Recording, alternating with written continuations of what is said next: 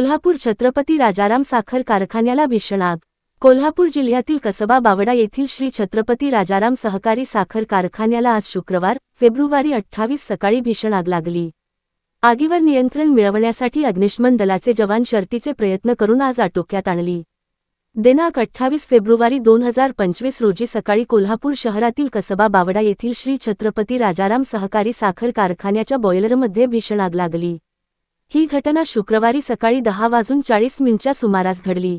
आग इतकी भीषण होती की कोल्हापूर शहरातील सर्व अग्निशमन दलाच्या गाड्या घटनास्थळी दाखल झाल्या। आगीवर नियंत्रण मिळवण्यासाठी युद्धपातळीवर प्रयत्न केले। प्राथमिक माहितीनुसार कारखान्यातील टर्बाइन पेटल्याने आग मोठ्या प्रमाणात पसरली। ऊसगळीत हंगाम सुरू असतानाच ही आग लागल्याने परिसरात एकच खळबळ उडाली।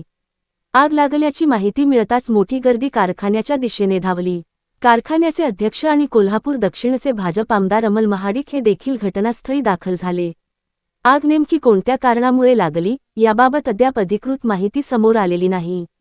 सुदैवाने या घटनेत कोणतीही जीवितहानी झाल्याचे वृत्त नाही, परंतु मोठ्या प्रमाणात आर्थिक नुकसान झाल्याची शक्यता आहे।